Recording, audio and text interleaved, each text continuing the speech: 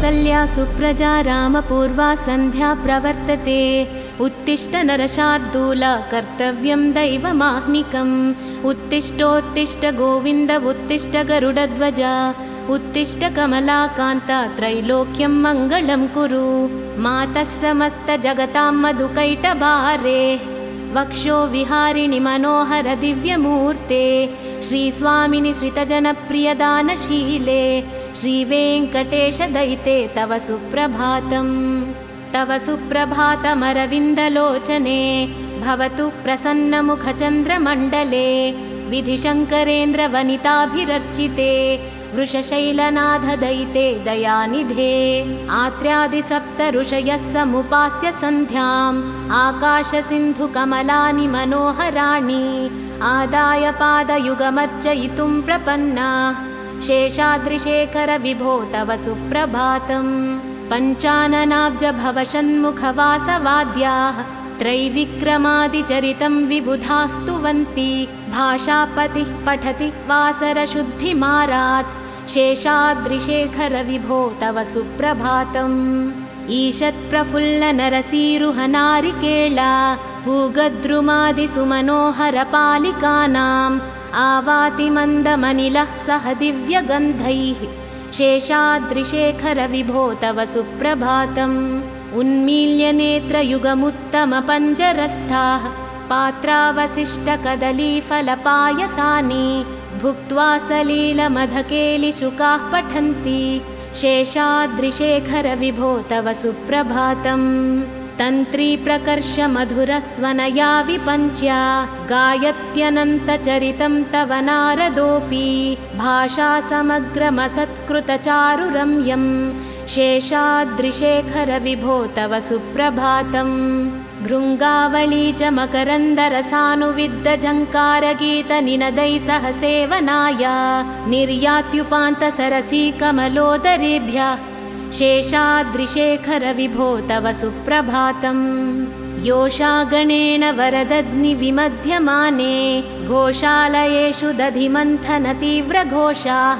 रोषात्कलिं विदधते कुकुभश्च कुम्भाः। शेषाद्रिशेखर विभो तव सुप्रभातम्। पद्मेशमित्रशतपत्रगतालिवर्गाः। हर्तुं श्रियं कुवलयस्य निजाङ्गलक्ष्म्याः। भेरीनिनादमिव बिभ्रति तीव्रनादम्। शेषाद्रिशेखर विभो तव सुप्रभातम्। श्रीमन्नभीष्टवरदाखिललोकबन्धो। श्रीश्रीनिवास जगदेकदयैकसिन्धो। श्रीदेवता गृहभुजान्तरदिव्यमूर्ते। श्रीवेङ्कटाचलपते तव सुप्रभातम्। श्रीस्वामि पुष्करिणिकाप्लवनिर्मलाङ्गाः। श्रेयाधिनो हरविरिञ्चि सनन्दनाद्याः। द्वारे वसन्ति वरनेत्रहतोत्तमाङ्गाः। श्रीवेङ्कटाचलपते तव सुप्रभातम्। श्रीशेषशैलगरुडाचलवेङ्कटाद्रि। नारायणाद्रिवृषभाद्रिवृषाद्रिमुख्याम्। आख्यां त्वदीयवसतेरनिशं वदन्ति। श्रीवेङ्कटाचलपते तव सुप्रभातम्। सेवापराः शिवसुरेश कृशानुधर्मरक्षोऽम्बुनाथ पवमानधनाधिनाथाः। बद्धाञ्जलिप्रविलसन्निजशीर्षदेशाः। श्रीवेङ्कटाचलपते तव सुप्रभातम्। धाटीषु ते विहगराज मृगाधिराजा। नागाधिराज गजराज हयाधिराजाः। स्वस्वाधिकारमहिमाधिकमर्धयन्ते। श्रीवेङ्कटाचलपते तव सुप्रभातम्। सूर्येन्दुभौमबुधवाक्पतिकाव्यशौरिस्वर्भानुकेतुदिविशत्परिषत्प्रधानाः। त्वद्दासदासचरमावधिदासदासाः। श्रीवेङ्कटाचलपते तव सुप्रभातम्। तत्पादधूलिभरितस्फुरितोत्तमाङ्गाः। स्वर्गापवर्गनिरपेक्षनिजान्तरङ्गाः। कल्पागमाकलनयाकुलतां लभन्ते। श्रीवेङ्कटाचलपते तव सुप्रभातम्। त्वद्गोपुराग्रशिखराणि निरीक्षमाणाः। स्वर्गापवर्गपदवीं परमां श्रयन्तः। मर्त्या मनुष्यभुवने मतिमाश्रयन्ते। श्रीवेङ्कटाचलपते तव सुप्रभातम्। श्रीभूमिनायकदयादिगुणामृताब्दे देवादिदेव जगदेकशरण्यमूर्ते श्रीमन्ननन्तगरुडादिभिरर्चिताङ्घ्रे श्रीवेङ्कटाचलपते तव सुप्रभातम्। श्रीपद्मनाभपुरुषोत्तमवासुदेव वैकुण्ठमाधव जनार्दन चक्रपाणे श्रीवत्सचिह्नचरणागतपारिजात श्रीवेङ्कटाचलपते तव सुप्रभातम्। कन्दर्पदर्पहर सुन्दर दिव्यमूर्ते कान्ताकुचाम्बुरुह कुट्मललोलदृष्टे कल्याण निर्मल गुणाकर दिव्यकीर्ते श्रीवेङ्कटाचलपते तव सुप्रभातम्। मीनाकृते कमठकोल नृसिंहवर्णिन् स्वामिन् परस्वथ तपोधन रामचन्द्र शेषांश राम यदुनन्दन कल्किरूप श्रीवेङ्कटाचलपते तव सुप्रभातम्। ये लालवङ्गघनसार सुगन्धितीर्थं दिव्यं वियत्सरितु हेमघटेषु पूर्णं धृत्वाद्यवैदिकशिखामणयः प्रहृष्टाः तिष्ठन्ति वेङ्कटपते तव सुप्रभातम्। भास्वानुदेति विकचानि सरोरुहाणि सम्पूरयन्ति निनदैः कुकुभो विहङ्गाः श्रीवैष्णवाः सततमर्धितमङ्गलास्ते धामाश्रयन्ति तव वेङ्कटसुप्रभातम्। ब्रह्मादयासुरवराः समहर्षयस्ते सन्तः सनन्दनमुखास्त्वथ योगिवर्याः धामान्तिके तव हि मङ्गलवस्तुहस्ताः श्रीवेङ्कटाचलपते तव सुप्रभातम्। लक्ष्मीनिवास निरवद्य गुणैकसिन्धो संसारसागरसमुत्तरणैकसेतो वेदान्तवेद्य निजवैभव भक्तभोग्य श्रीवेङ्कटाचलपते तव सुप्रभातम्। इत्थं वृषाचलपतेरिह सुप्रभातम्।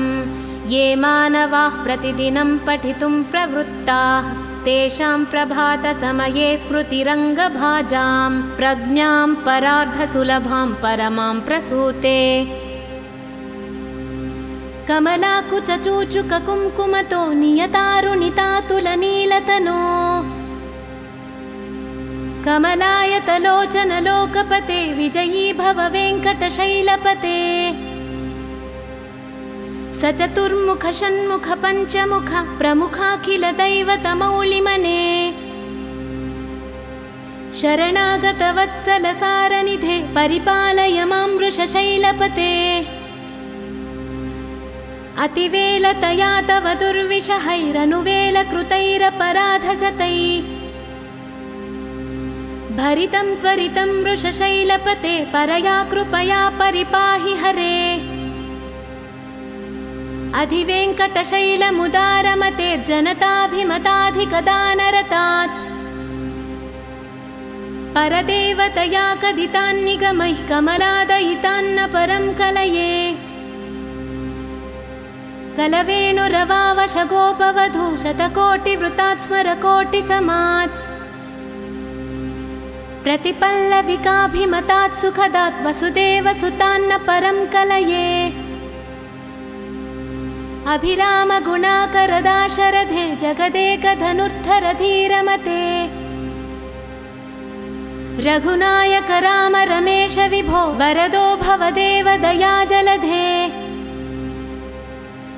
अवनीतनया कमनीयकरं रजनीकरचारुमुखाम्बुरुहम्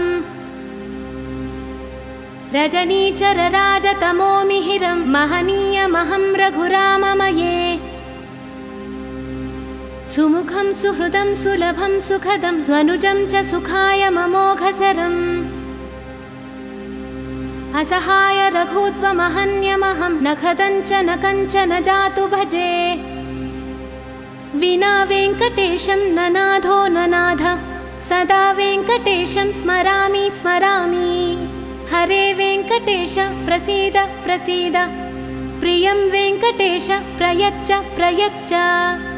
अहं दूरतस्ते पदाम्भोजयुग्म प्रणामेच्छयागत्य सेवां करोमि।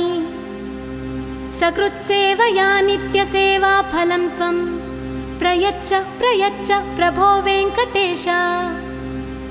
अज्ञानिना मया दोषा न शेषान् विहितान् हरे क्षमस्वत्वं क्षमस्वत्वं शेषशैलशिखामणे ईशानं जगतोऽस्य वेङ्कटपतेर्विष्णो परां प्रेयसीं तद्वक्षस्थलनित्यवासरसिकां तत्क्षान्तिसंवर्धनीं पद्मालङ्कृतपाणिपल्लवयुगां पद्मासनस्थां श्रियम् वात्सल्यादिगुणोज्ज्वलां भगवतीं वन्दे जगन्मातरम् श्रीमन्कृपाजलनिधे कृतसर्वलोकसर्वज्ञशक्तनतवत्सल सर्वशेषिन् स्वामिन् सुशीलसुलभाश्रितपारिजात श्रीवेङ्कटेशचरणौ शरणं प्रपद्ये आनूपुरार्चितसुजातसुगन्धिपुष्प सौरभ्यसौरभकरौ समसन्निवेशौ सौम्यौ सदानुभवनेऽपि नवानुभाव्यौ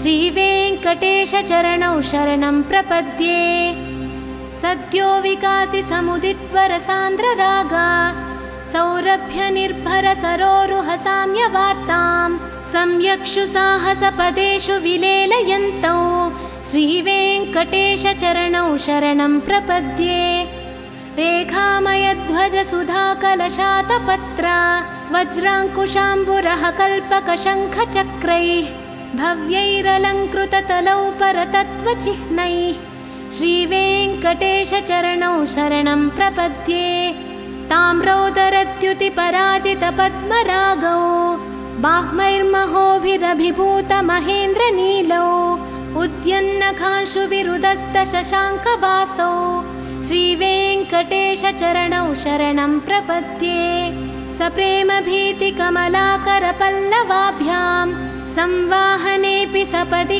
क्लममाददानौ कान्ताववाज्मनसगोचरसौ कुमार्यौ श्रीवेङ्कटेशचरणौ शरणं प्रपद्ये लक्ष्मीमही तदनुरूपनिजानुभावा नीलादिदिव्यमहिषीकरपल्लवानाम् आरुण्यसङ्क्रमणतः किल सान्द्ररागौ श्रीवेङ्कटेशचरणौ शरणं प्रपद्ये नित्यानमद्विधिः शिवादिकिरीटकोटि प्रत्युक्तदीप्तनवरत्नमहाप्ररोहैः नीराजनविधिमुदारमुपादधानौ श्रीवेङ्कटेशचरणौ शरणं प्रपद्ये विष्णोपदे परम इत्युदितप्रशंसौ यौ मध्व उत्स इति भोग्यतयाप्युपातौ भूयस्तथेति तव पाणितलौ प्रतिष्ठौ श्रीवेङ्कटेशचरणौ शरणं प्रपद्ये पार्थाय तत्सदृशसारथिना त्वयैव यौ दर्शितौ स्वचरणौ शरणं व्रजेति भूयोऽपि मह्यमिह तौ करदर्शितौ ते श्रीवेङ्कटेशचरणौ शरणं प्रपद्ये मुन्मूद्निकालियफने विकटाटवीषु श्रीवेङ्कटाद्रिशिखरे सिरिसि श्रुतीनां चित्तेऽप्यनन्यमनसां सममाहितौ ते श्रीवेङ्कटेशचरणौ शरणं प्रपद्ये आवलूनहृष्यदवनीतलकीर्णपुष्पौ श्रीवेङ्कटाद्रिशिखराभरणायमानौ आनन्दिताखिलमनोनयनौ तवैतौ श्रीवेङ्कटेशचरणौ शरणं प्रपद्ये प्रायः प्रसन्नजनता प्रथमावगाह्यौ मातुः स्तनाविव शिशोरमृतायमानौ प्राप्तौ परस्परतुलामतुलान्तरौ ते श्रीवेङ्कटेशचरणौ शरणं प्रपद्ये सत्त्वोत्तरैः सततसेव्यपदाम्बुजेन संसारतारकदयार्द्रुदृगञ्चलेन साम्योपयन्तृमुनिना मम दर्शितौ ते श्रीवेङ्कटेशचरणौ शरणं प्रपद्ये श्रीशश्रिया घटिकया त्वदुपाय भावे प्राप्ये त्वयि स्वयमुपेयतया स्फुरन्त्या नित्याश्रिताय निरवध्य गुणाय तुभ्यं स्यां किङ्करो वृषगिरीश न जातु मह्यम् श्रियः कान्ताय कल्याणनिधये निधयेऽर्धिनां श्रीवेङ्कटनिवासाय श्रीनिवासाय मङ्गलम् लक्ष्मी सविभ्रमालोकसभ्रूविभ्रमचक्षुषे चक्षुषे सर्वलोकानां वेङ्कटेशाय मङ्गलम्। श्रीवेङ्कटाद्रिशृङ्गाग्रमङ्गलाभरणाङ्घ्रये मङ्गलानां निवासाय श्रीनिवासाय मङ्गलम्। सर्वावयवसौन्दर्यसम्पदे सर्वचेतसां सदा सम्मोहनायास्तु वेङ्कटेशाय मङ्गलम्। नित्याय निरवध्याय सत्यानन्दचिदात्मने सर्वान्तरात्मने श्रीमद्वेङ्कटेशाय मङ्गलम्। स्वतः सर्वविदे सर्वशक्तये सर्वशेषिणे सुलभाय सुशीलाय वेङ्कटेशाय मङ्गलम्। परस्मै ब्रह्मणे पूर्णकामाय परमात्मने प्रयुञ्जे परतत्त्वाय वेङ्कटेशाय मङ्गलम्। कालतत्त्वविश्रान्तमात्मनामनुपश्यताम् अतृप्त्यमृतरूपाय वेङ्कटेशाय मङ्गलम्। प्रायः स्वचरणौ पुंसां शरण्यत्वेन पाणिना कृपया दृश्यते श्रीमद्वेङ्कटेशाय मङ्गलम्। दयामृततरङ्गिण्या स्तरङ्गैरिव शीतलै आपाङ्गैः सिञ्चते विश्वं वेङ्कटेशाय मङ्गलम्। स्रग्भूषाम्बरहेतीनां सुषमावहमूर्तये सर्वार्तिसमनायास्तु वेङ्कटेशाय मङ्गलम्। श्रीवैकुण्ठविरक्ताय स्वामी पुष्करिणीतटे रमया रममाणाय वेङ्कटेशाय मङ्गलम्। श्रीमत्सुदरजामातृमुनिमानसवासिने सर्वलोकनिवासाय श्रीनिवासाय मङ्गलम्। नमः श्रीवेङ्कटेशाय शुद्धज्ञानस्वरूपिणे वासुदेवाय शान्ताय वेङ्कटेशाय मङ्गलम्। मङ्गलाशासनपरैर्मदाचार्यपुरोगमैः सर्वैश्च पूर्वैराचार्यैः सत्कृपायास्तु मङ्गलम्।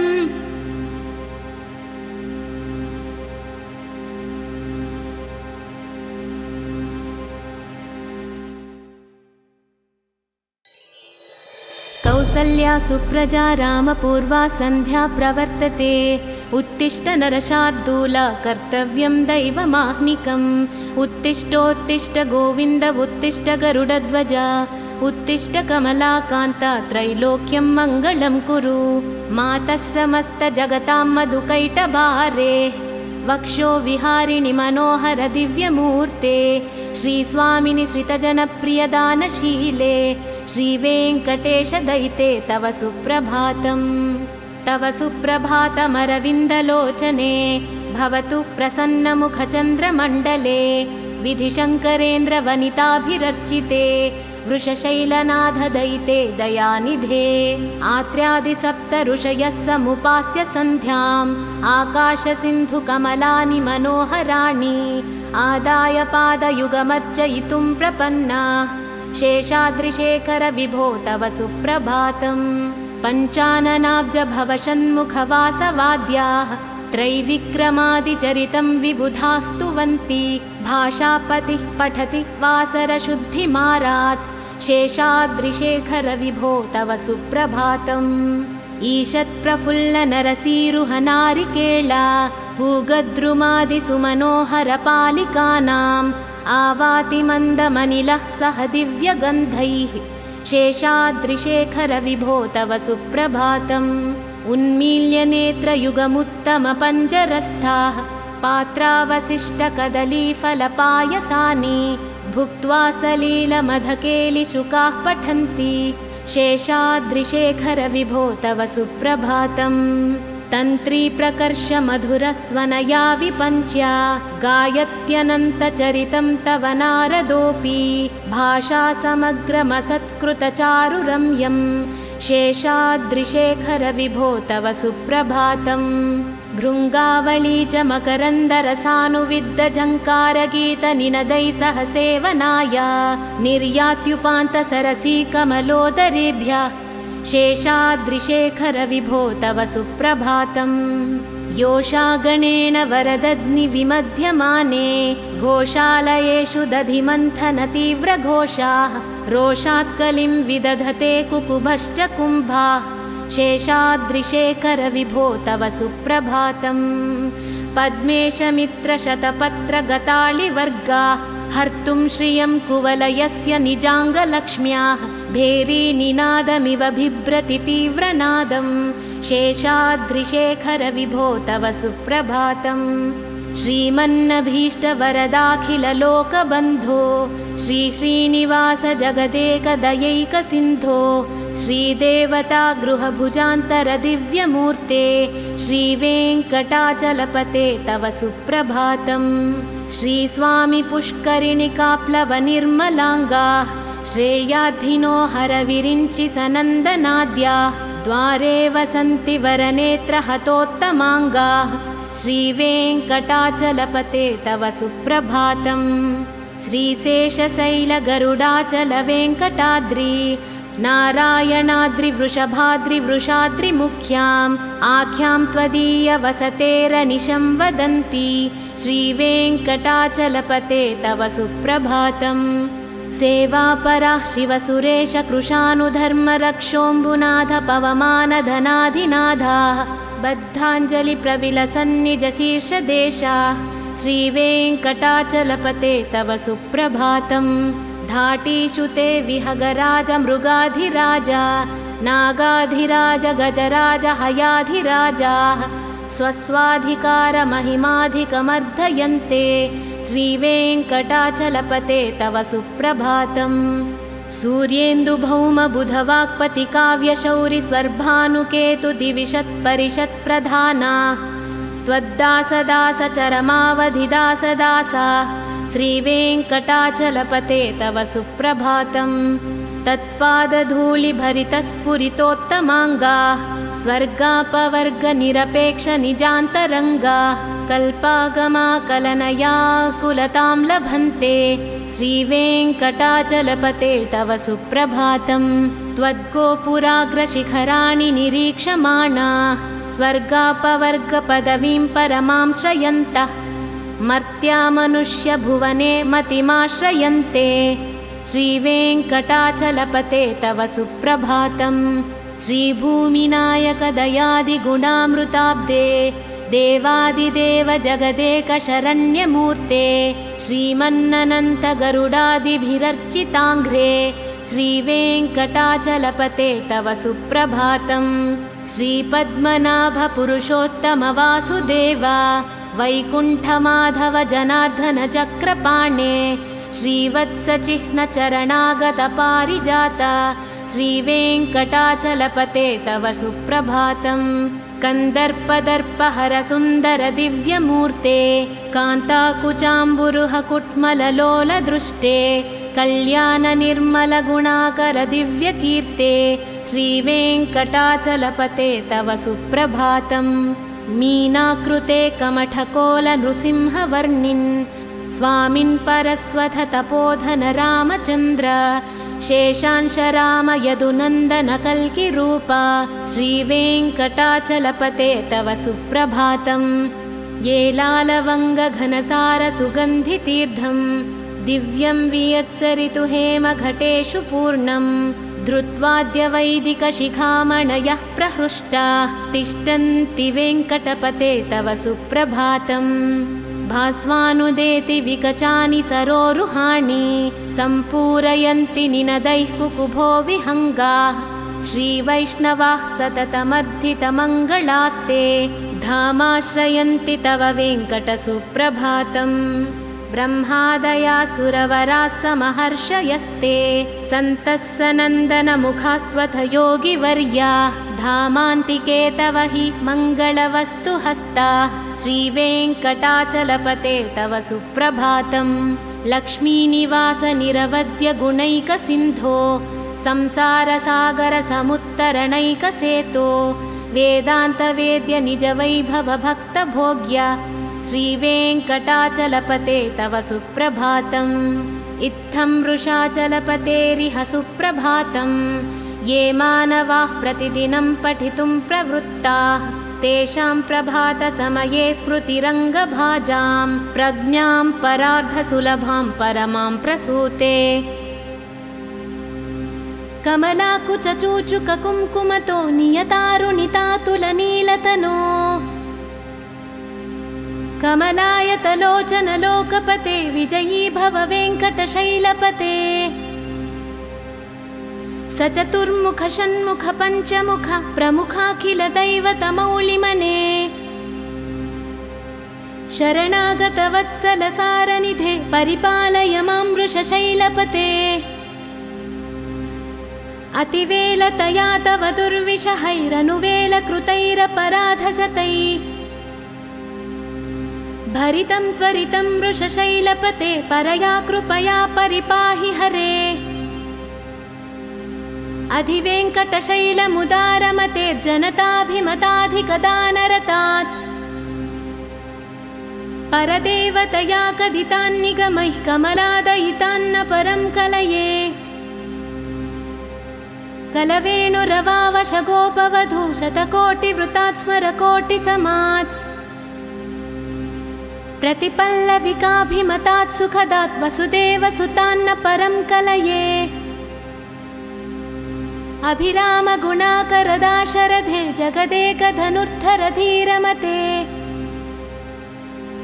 रघुनायक राम रमेश विभो वरदो भवदेव दयाजलधे अवनीतनया कमनीयकरं रजनीकरचारुमुखाम्बुरुहम् रजनीचरराजतमोमिहिरं महनीयमहं रघुराममये सुमुखं सुहृदं सुलभं सुखदं स्वनुजं च सुखाय ममोघशरम् असहाय रघुत्वमहन्यमहं न खदञ्च न कञ्चन जातु भजे विना वेङ्कटेशं न नाथो न नाथ सदा वेङ्कटेशं स्मरामि स्मरामि हरे वेङ्कटेश प्रसीद प्रसीद प्रियं वेङ्कटेश प्रयच्छ प्रयच्छ अहं दूरतस्ते पदाम्भोजयुग्म प्रणामेच्छयागत्य सेवां करोमि सकृत्सेवया नित्यसेवाफलं त्वं प्रयच्छ प्रयच्छ प्रभो वेङ्कटेश अज्ञानिना मया दोषा न शेषान् विहितान् हरे क्षमस्वत्वं क्षमस्वत्वं शेषशैलशिखामणे ईशानं जगतोऽस्य वेङ्कटपतेर्विष्णो परां प्रेयसीं तद्वक्षस्थलनित्यवासरसिकां तत्क्षान्तिसंवर्धनीं पद्मालङ्कृतपाणिपल्लवयुगां पद्मासनस्थां श्रियं वात्सल्यादिगुणोज्ज्वलां भगवतीं वन्दे जगन्मातरम् श्रीमन्कृपाजलनिधे कृतसर्वलोकसर्वज्ञशक्तनतवत्सल सर्वशेषिन् स्वामिन् सुशीलसुलभाश्रितपारिजात श्रीवेङ्कटेशचरणौ शरणं प्रपद्ये आनूपुरार्चितसुजातसुगन्धिपुष्प सौरभ्यसौरभकरौ समसन्निवेशौ सौम्यौ सदानुभवनेऽपि नवानुभाव्यौ श्रीवेङ्कटेशचरणौ शरणं प्रपद्ये सद्यो विकासि समुदित्वरसान्द्ररागा सौरभ्यनिर्भरसरोरुहसाम्यवार्तां सम्यक्षु साहसपदेषु विलेलयन्तौ श्रीवेङ्कटेशचरणौ शरणं प्रपद्ये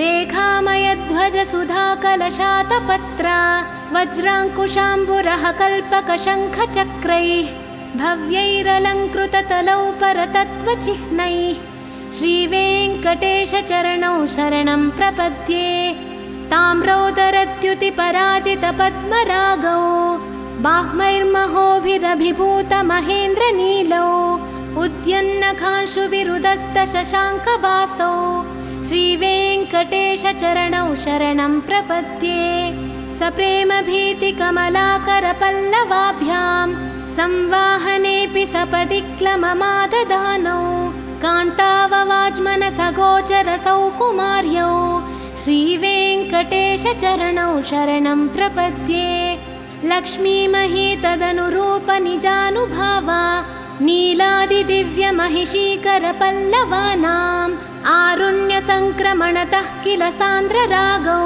श्रीवेङ्कटेशचरणौ शरणं प्रपद्ये नित्यानमद्विधिः शिवादिकिरीटकोटि प्रत्युक्तदीप्तनवरत्नमहाप्ररोहैः नीराजनविधिमुदारमुपादधानौ श्रीवेङ्कटेशचरणौ शरणं प्रपद्ये।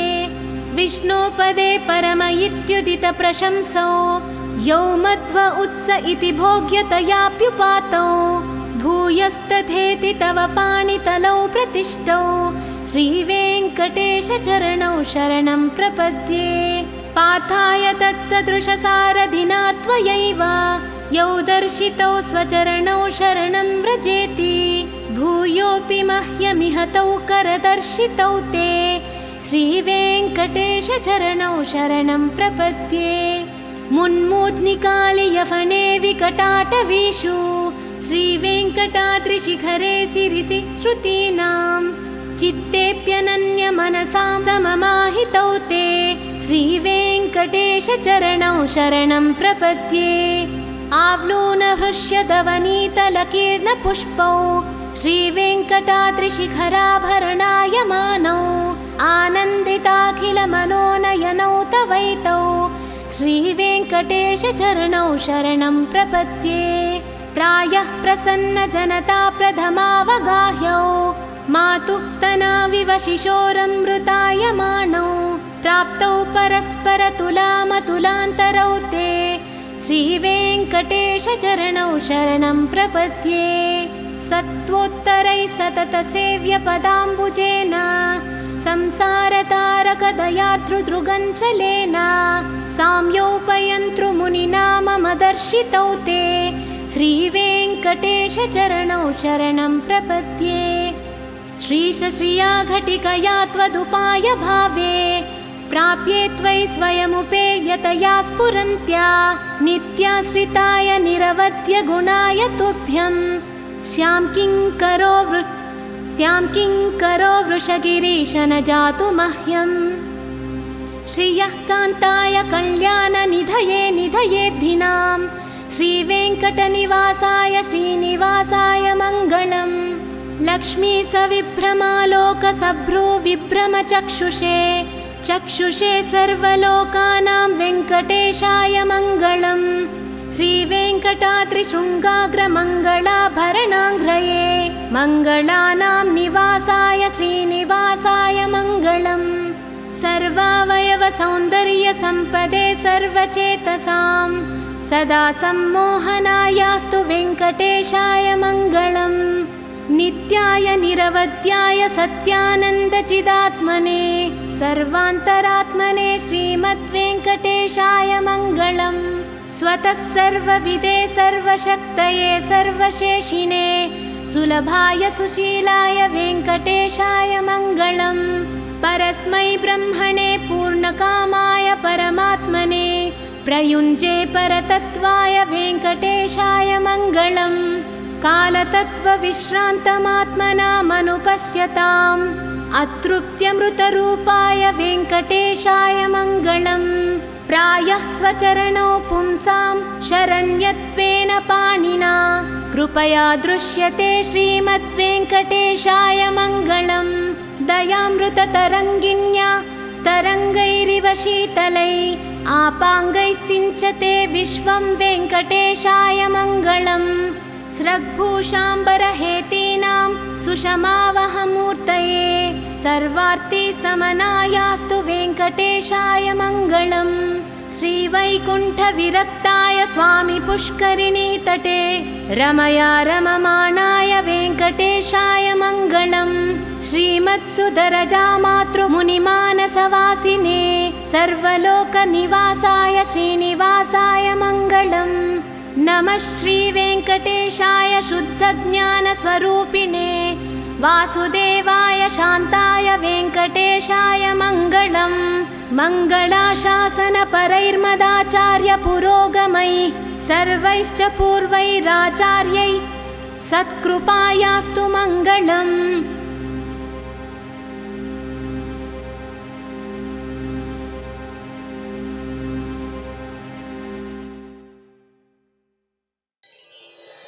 कौसल्या सुप्रजा रामपूर्वा सन्ध्या प्रवर्तते उत्तिष्ठ नरशार्दूल कर्तव्यं दैवमाह्निकम् उत्तिष्ठोत्तिष्ठ गोविन्द उत्तिष्ठ गरुडध्वज उत्तिष्ठ कमलाकान्त त्रैलोक्यं मङ्गलं कुरु मातः समस्त जगतां मधुकैटभारे वक्षो विहारिणि मनोहर दिव्यमूर्ते श्रीस्वामिनि श्रितजनप्रियदानशीले श्रीवेङ्कटेश दयिते तव सुप्रभातम् तव सुप्रभातमरविन्दलोचने भवतु प्रसन्नमुखचन्द्रमण्डले विधिशङ्करेन्द्रवनिताभिरर्चिते वृषशैलनाथ दयिते दयानिधे आत्र्यादिसप्त ऋषयः समुपास्य सन्ध्याम् आकाशसिन्धुकमलानि मनोहराणि आदाय पादयुगमर्चयितुं प्रपन्नाः शेषाद्रिशेखर विभो तव सुप्रभातम्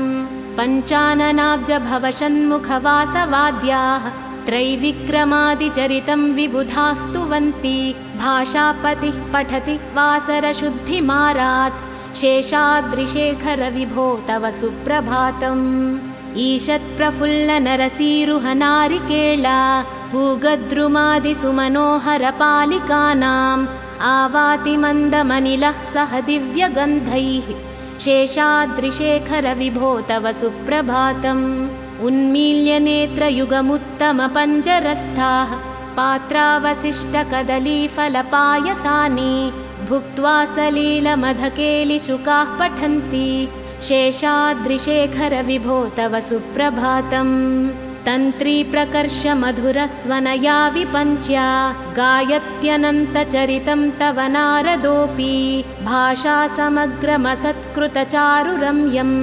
शेषाद्रिशेखर विभो तव सुप्रभातम् भृङ्गावली च मकरन्दरसानुविद्धझङ्कारगीतनिनदैः सह सेवनाय निर्यात्युपान्तसरसी कमलोदरेभ्यः शेषाद्रिशेखर विभो तव सुप्रभातम् योषागणेन वरदग्निविमध्यमाने घोषालयेषु दधिमन्थनतीव्रघोषाः रोषात्कलिं विदधते कुकुभश्च कुम्भाः शेषाद्रिशेखर विभो तव सुप्रभातम् पद्मेशमित्रशतपत्रगतालिवर्गाः हर्तुं श्रियं कुवलयस्य निजाङ्गलक्ष्म्याः भेरीनिनादमिव बिभ्रति तीव्रनादम् शेषाद्रिशेखर विभो तव सुप्रभातम् श्रीमन्नभीष्टवरदाखिललोकबन्धो श्रीश्रीनिवास जगदेकदयैकसिन्धो श्रीदेवता गृहभुजान्तरदिव्यमूर्ते श्रीवेङ्कटाचलपते तव सुप्रभातम् श्रीस्वामि पुष्करिणिकाप्लवनिर्मलाङ्गाः श्रेयाधिनो हरविरिञ्चि सनन्दनाद्याः द्वारे वसन्ति वरनेत्रहतोत्तमाङ्गाः श्रीवेङ्कटाचलपते तव सुप्रभातम् श्रीशेषशैलगरुडाचलवेङ्कटाद्रि नारायणाद्रिवृषभाद्रिवृषाद्रिमुख्याम् आख्यां त्वदीयवसतेरनिशं वदन्ति श्रीवेङ्कटाचलपते तव सुप्रभातम् सेवापराः शिवसुरेशकृशानुधर्मरक्षोऽम्बुनाथ पवमानधनाधिनाथाः बद्धाञ्जलिप्रविलसन्निजशीर्षदेशाः श्रीवेङ्कटाचलपते तव सुप्रभातम् धाटीषु ते विहगराज मृगाधिराज नागाधिराज गजराज हयाधिराजाः स्वस्वाधिकारमहिमाधिकमर्धयन्ते श्रीवेङ्कटाचलपते तव सुप्रभातम्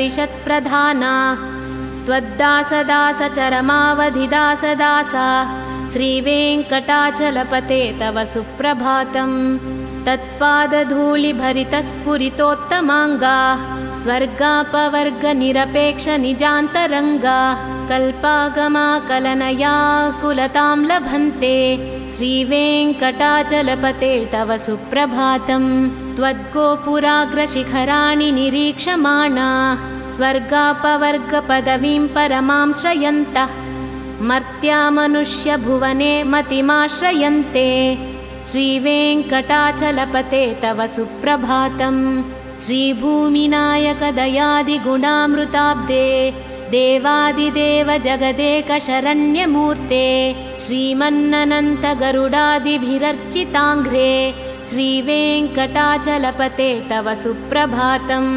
श्रीपद्मनाभपुरुषोत्तमवासुदेव वैकुण्ठमाधव जनार्दन चक्रपाणे श्रीवत्सचिह्नचरणागतपारिजात श्रीवेङ्कटाचलपते तव सुप्रभातम्। कन्दर्पदर्पहर सुन्दर दिव्यमूर्ते कान्ताकुचाम्बुरुह कुट्मललोलदृष्टे कल्याण निर्मल गुणाकर दिव्यकीर्ते श्रीवेङ्कटाचलपते तव सुप्रभातम्। मीनाकृते कमठकोल नृसिंहवर्णिन् स्वामिन् परस्वथ तपोधन रामचन्द्र शेषांश राम यदुनन्दन कल्किरूप श्रीवेङ्कटाचलपते तव सुप्रभातम्। ये लालवङ्ग घनसार सुगन्धितीर्थं दिव्यं वियत्सरितु हेमघटेषु पूर्णम् धृत्वाद्यवैदिकशिखामणयः प्रहृष्टाः तिष्ठन्ति वेङ्कटपते तव सुप्रभातम्। भास्वानुदेति विकचानि सरोरुहाणि सम्पूरयन्ति निनदैः कुकुभो विहङ्गाः श्रीवैष्णवाः सततमर्धितमङ्गलास्ते धामाश्रयन्ति तव वेङ्कटसुप्रभातम्। ब्रह्मादयासुरवराः समहर्षयस्ते सन्तः सनन्दनमुखास्त्वथ योगिवर्याः धामान्तिके तव हि मङ्गलवस्तुहस्ताः श्रीवेङ्कटाचलपते तव सुप्रभातम्। लक्ष्मीनिवास निरवद्य गुणैकसिन्धो संसारसागरसमुत्तरणैकसेतो वेदान्तवेद्य निजवैभव भक्तभोग्य श्रीवेङ्कटाचलपते तव सुप्रभातम्। इत्थं वृषाचलपतेरिह सुप्रभातम्।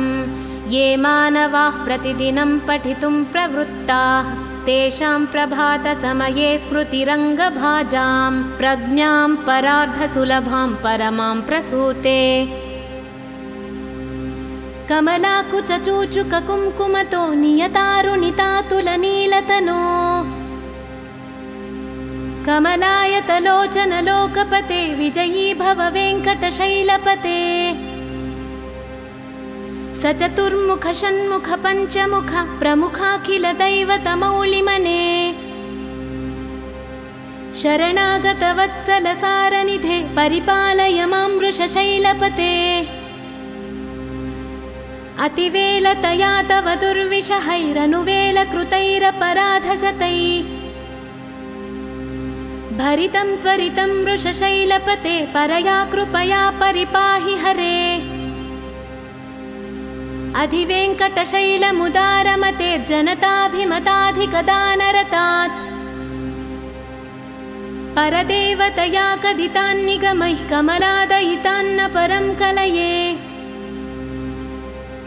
कलवेणुरवावशगोपवधू शतकोटिवृतात् स्मरकोटिसमात् प्रतिपल्लविकाभिमतात् सुखदात् वसुदेवसुतान्न परं कलये। अभिरामगुणाकरदाशरथे जगदेकधनुर्धरधीरमते रघुनायक राम रमेश विभो वरदो भवदेव दयाजलधे। अवनीतनया कमनीयकरं रजनीकरचारुमुखाम्बुरुहम् रजनीचरराजतमोमिहिरं महनीयमहं रघुराममये। सुमुखं सुहृदं सुलभं सुखदं स्वनुजं च सुखाय ममोघशरम् असहाय रघुत्वमहन्यमहं न खदञ्च न कञ्चन जातु भजे। विना वेङ्कटेशं न नाथो न नाथ सदा वेङ्कटेशं स्मरामि स्मरामि। हरे वेङ्कटेश प्रसीद प्रसीद प्रियं वेङ्कटेश प्रयच्छ प्रयच्छ। अहं दूरतस्ते पदाम्भोजयुग्म प्रणामेच्छयागत्य सेवां करोमि। सकृत्सेवया नित्यसेवाफलं त्वं प्रयच्छ प्रयच्छ प्रभो वेङ्कटेश।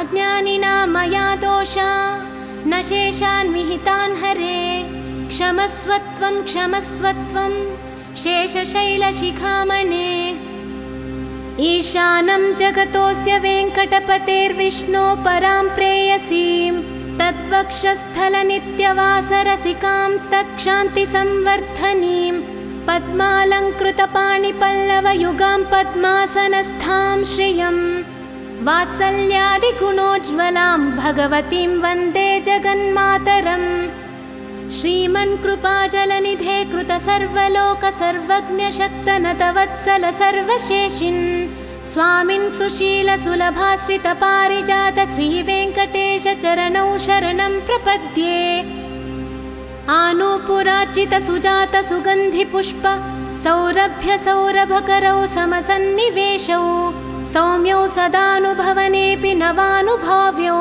श्रीवेङ्कटेशचरणौ शरणं प्रपद्ये सद्यो विकासि समुदित्वरसान्द्ररागा सौरभ्यनिर्भरसरोरुहसाम्यवार्तां सम्यक्षु साहसपदेषु विलेलयन्तौ श्रीवेङ्कटेशचरणौ शरणं प्रपद्ये रेखामयध्वजसुधाकलशातपत्र वज्राङ्कुशाम्बुरः कल्पकशङ्खचक्रैः भव्यैरलङ्कृततलौ परतत्त्वचिह्नैः श्रीवेङ्कटेशचरणौ शरणं प्रपद्ये ताम्रोदरद्युतिपराजितपद्मरागौ बाह्मैर्महोभिरभिभूतमहेन्द्रनीलौ उद्यन्नखांशुभिरुदस्तशशाङ्कवासौ श्रीवेङ्कटेशचरणौ शरणं प्रपद्ये सप्रेमभीतिकमलाकरपल्लवाभ्यां संवाहनेऽपि सपदि क्लममाददानौ कान्ताववाज्मनसगोचरसौ कुमार्यौ श्रीवेङ्कटेशचरणौ शरणं प्रपद्ये लक्ष्मीमही तदनुरूपनिजानुभावा नीलादिदिव्यमहिषीकरपल्लवानाम् आरुण्यसङ्क्रमणतः किल सान्द्ररागौ श्रीवेङ्कटेशचरणौ शरणं प्रपद्ये नित्यानमद्विधिः शिवादिकिरीटकोटि प्रत्युक्तदीप्तनवरत्नमहाप्ररोहैः नीराजनविधिमुदारमुपादधानौ श्रीवेङ्कटेशचरणौ शरणं प्रपद्ये विष्णोपदे परम इत्युदितप्रशंसौ यौ मध्व उत्स इति भोग्यतयाप्युपातौ भूयस्तथेति तव पाणितलौ प्रतिष्ठौ श्रीवेङ्कटेशचरणौ शरणं प्रपद्ये पार्थाय तत्सदृशसारथिना त्वयैव यौ दर्शितौ स्वचरणौ शरणं व्रजेति भूयोऽपि मह्यमिहतौ करदर्शितौ ते श्रीवेङ्कटेशचरणौ शरणं प्रपद्ये मुन्मूद्निकालियफने विकटाटवीषु श्रीवेङ्कटाद्रिशिखरे सिरिसि श्रुतीनां चित्तेऽप्यनन्यमनसां सममाहितौ ते श्रीवेङ्कटेशचरणौ शरणं प्रपद्ये आवलूनहृष्यदवनीतलकीर्णपुष्पौ श्रीवेङ्कटाद्रिशिखराभरणायमानौ आनन्दिताखिलमनोनयनौ तवैतौ श्रीवेङ्कटेशचरणौ शरणं प्रपद्ये प्रायः प्रसन्नजनता प्रथमावगाह्यौ मातुः स्तनाविव शिशोरमृतायमाणौ प्राप्तौ परस्परतुलामतुलान्तरौ ते श्रीवेङ्कटेशचरणौ शरणं प्रपद्ये सत्त्वोत्तरैः सततसेव्यपदाम्बुजेन संसारतारकदयार्द्रुदृगञ्चलेन साम्योपयन्तृमुनिना मम दर्शितौ ते श्रीवेङ्कटेशचरणौ शरणं प्रपद्ये श्रीशश्रिया घटिकया त्वदुपाय भावे प्राप्ये त्वयि स्वयमुपेयतया स्फुरन्त्या नित्याश्रिताय निरवध्य गुणाय तुभ्यं स्यां किङ्करो वृषगिरीश न जातु मह्यम् श्रियः कान्ताय कल्याणनिधये निधयेऽर्धिनां श्रीवेङ्कटनिवासाय श्रीनिवासाय मङ्गलम् लक्ष्मी सविभ्रमालोकसभ्रूविभ्रमचक्षुषे चक्षुषे सर्वलोकानां वेङ्कटेशाय मङ्गलम् श्रीवेङ्कटाद्रिशृङ्गाग्रमङ्गलाभरणाङ्ग्रये मङ्गलानां निवासाय श्रीनिवासाय मङ्गलम् सर्वावयवसौन्दर्यसम्पदे सर्वचेतसां सदा सम्मोहनायास्तु वेङ्कटेशाय मङ्गलम् नित्याय निरवध्याय सत्यानन्दचिदात्मने सर्वान्तरात्मने श्रीमद्वेङ्कटेशाय मङ्गलम् स्वतः सर्वविदे सर्वशक्तये सर्वशेषिणे सुलभाय सुशीलाय वेङ्कटेशाय मङ्गलम् परस्मै ब्रह्मणे पूर्णकामाय परमात्मने प्रयुञ्जे परतत्त्वाय वेङ्कटेशाय मङ्गलम् कालतत्त्वविश्रान्तमात्मनामनुपश्यताम् अतृप्त्यमृतरूपाय वेङ्कटेशाय मङ्गलम् प्रायः स्वचरणौ पुंसां शरण्यत्वेन पाणिना कृपया दृश्यते श्रीमद्वेङ्कटेशाय मङ्गलम् दयामृततरङ्गिण्या स्तरङ्गैरिव शीतलै आपाङ्गैः सिञ्चते विश्वं वेङ्कटेशाय मङ्गलम् स्रग्भूषाम्बरहेतीनां सुषमावहमूर्तये सर्वार्तिसमनायास्तु वेङ्कटेशाय मङ्गलम् श्रीवैकुण्ठविरक्ताय स्वामी पुष्करिणीतटे रमया रममाणाय वेङ्कटेशाय मङ्गलम् श्रीमत्सुदरजामातृमुनिमानसवासिने सर्वलोकनिवासाय श्रीनिवासाय मङ्गलम् नमः श्रीवेङ्कटेशाय शुद्धज्ञानस्वरूपिणे वासुदेवाय शान्ताय वेङ्कटेशाय मङ्गलम् मङ्गलाशासनपरैर्मदाचार्य पुरोगमैः सर्वैश्च पूर्वैराचार्यैः सत्कृपायास्तु मङ्गलम्।